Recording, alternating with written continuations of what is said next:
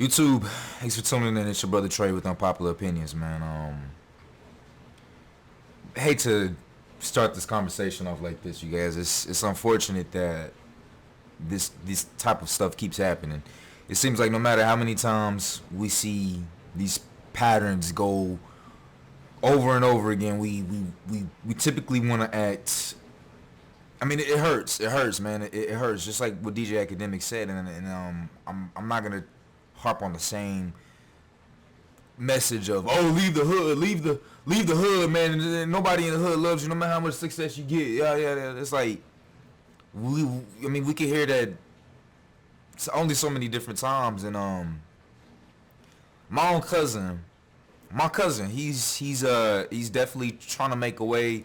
He's performing a lot more. He's definitely trying to do some shit in the rap game. And not without getting into too many details, a lot like his hands ain't clean, and especially the people around him. When I moved to Dallas, Texas, I was 19, and grew up with my cousin and shit. He introduced me to a bunch of people, and it's crazy actually thinking about what he's doing and all the stuff that I've seen, and I'm still cool with some of the people around, and I've seen some of my brothers go to jail, come back.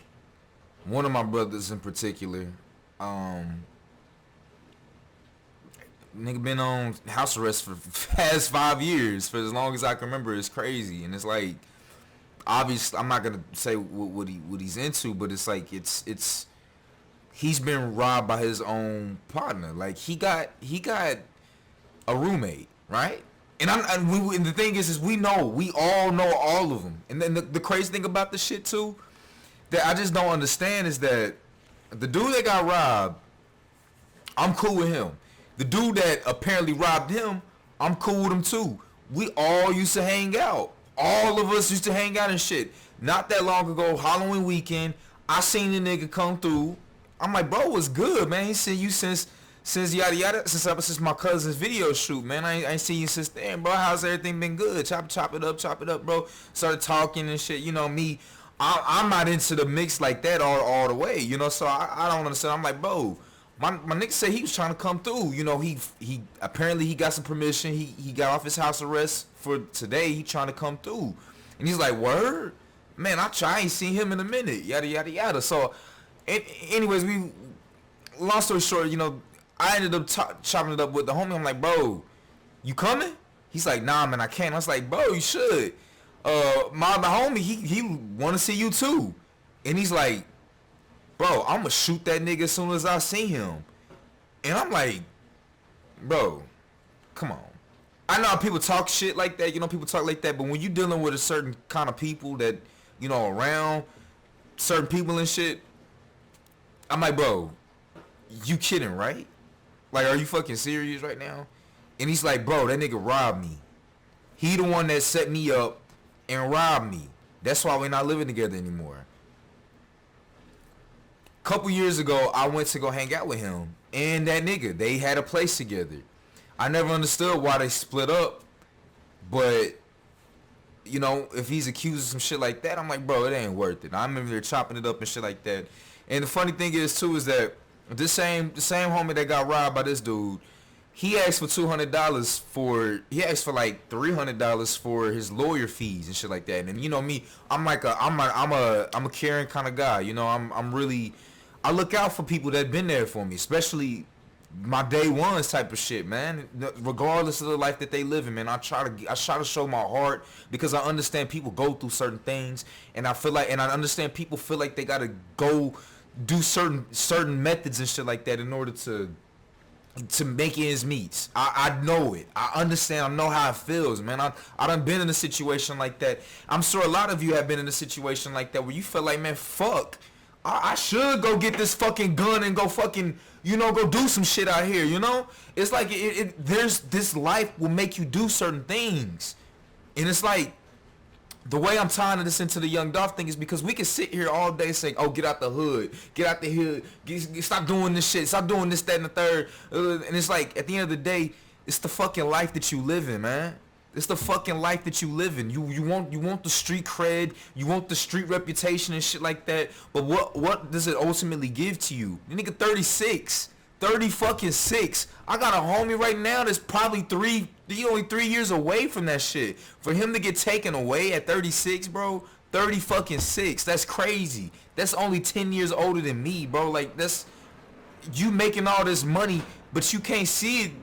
You ain't even you ain't gonna see the money when you getting killed. And not to mention, you know how long it takes to make that fucking money? How do you know that the people that you leaving the money up to are ready to take that money and turn it and flip it for late years to come?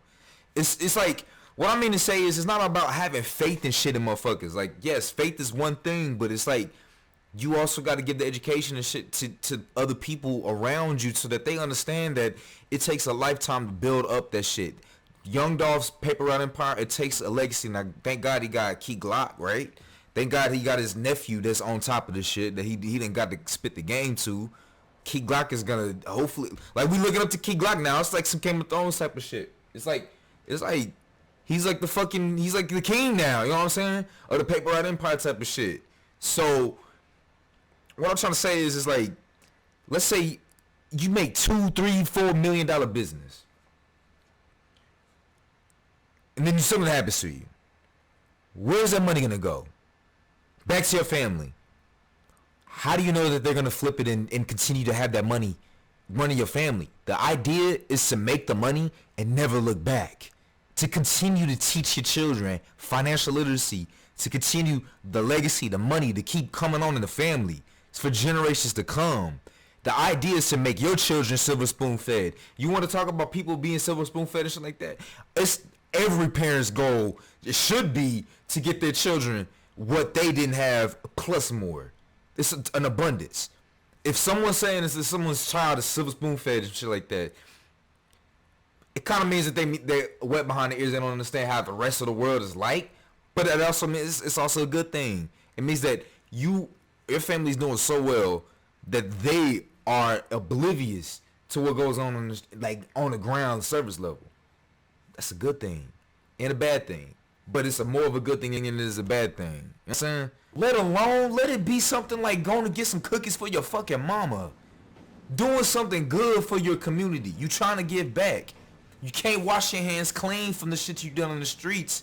People out here are fucking, one of the rules in 48 Laws of Power, you guys, is if you have an enemy, you need to fucking destroy them completely, eradicate them off the face of this earth. Don't leave it up to, oh, I feel bad, I'm going to just punish him so he understands what I'm capable of. No, motherfuckers is gonna grow in their animosity and their resentment, and they're gonna find a way, especially if they don't have nothing to live for, especially if they've gone 10, 15, 20 years not seeing any results but seeing you grow. They're gonna feel like they don't have shit to lose, and they're gonna fucking pop you. The lifestyle that you choose and the life that you live, the people you surround yourself with, is. I'm saying this because even in my own situation with the people that I'm around, I'm figuring out, noticing that I'm seeing the signs, man, that I need to get away from the crowd of people that I've been associating with. Once I found out, and this was just a couple weeks ago, once I found out that motherfucking one of my niggas robbed the other nigga, and nobody knows about this shit for real. I told my cousin about the shit. I'm like, bro. And he's just like, oh, man, don't worry about that shit. And I'm like, what the fuck you talking about? Don't worry about that shit. This is too close for comfort. For niggas to be niggas be talking about they real and shit all day, left and right. But when it comes to this drug shit, this street shit, this rap shit, motherfuckers is fake as fuck to you. And not in the fake sense that, oh, my girlfriend slept with my husband. My girlfriend slept with my... I can't believe my homie fucked my girlfriend. Man, fuck that shit. You talking about motherfuckers having hatred, secret hatred towards you, making plots on your life type of shit, bro. This is the type of fake shit that I don't want. Fuck that. Go fuck one of my homies or some shit. I don't give a damn. I'm gonna get another one real quick. That shit's replaceable. Relationships are replaceable, not a life. Y'all talking about being fake and, bro, this shit... Like, this shit consistently happens. Mo3 got killed out here too, and it was being in the same hood type shit, being in the same hood, you know. And so like, yeah, there's an argument to saying get out the hood. How about you get out the fucking lifestyle? Get out the fucking lifestyle. But this is so unpopular. Nobody wants to do this shit. Nobody wants to talk about this shit.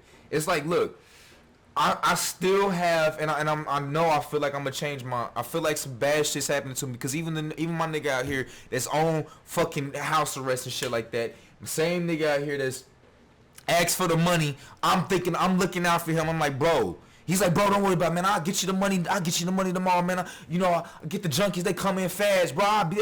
And it's just like, man, I want to show love to my niggas like here. It's a month later, still ain't seen the money and shit like that, you know. And I'm not hurting for $200, but it's $200. It's $200 fucking dollars. I could have used that for Christmas gifts on my daughter, on my sisters, on my girl. You know what I'm saying? It's like, it's that kind of shit that niggas just don't give a fuck about, bro. They think about their own situation, and it's like, when it comes to this rap shit, this street shit, this is the shit that goes down.